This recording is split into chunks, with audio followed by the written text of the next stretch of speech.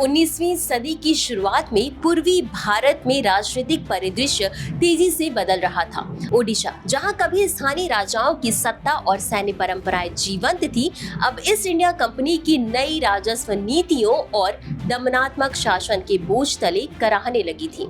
और इन्हीं परिस्थितियों में उभरा पाइका विद्रोह 1817, जिसने अंग्रेजी शासन को पहली बार पूर्वी भारत में गहरी चुनौती दी।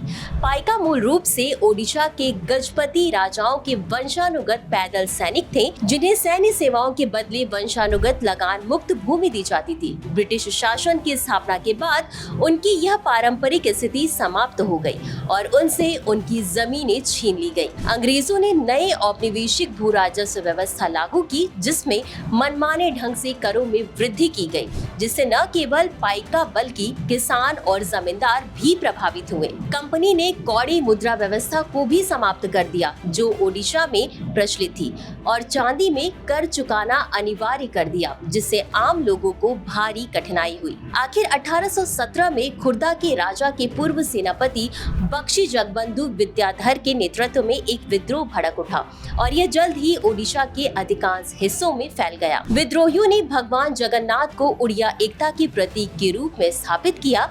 हालांकि शुरुआत में विद्रोहियों को कुछ सफलता मिली, लेकिन ब्रिटिश सेना ने क्रूरता से इसे दबा दिया। बख्शी जगबंधु को 1825 में पकड़ लिया गया और 1829 में कारावास में उनकी मृत्यु हो गई। लेकिन इस विद्रोह ने भविष्य के प्रतिरोधों को प्रेरित किया और ब्रिटिशों को ओडिशा में अपनी प्रशासनिक नीतियों पर पुनर्विचार करने के लिए मजबूर किया। यह टॉपिक यूपीएससी जीएस पेपर 1 भारतीय संविधान से जुड़ा हुआ है। और अब आपके लिए एक छोटा सा सवाल, वहाबी आंदोलन किस वर्ष भड़का था? कमेंट में जरूर बताएं।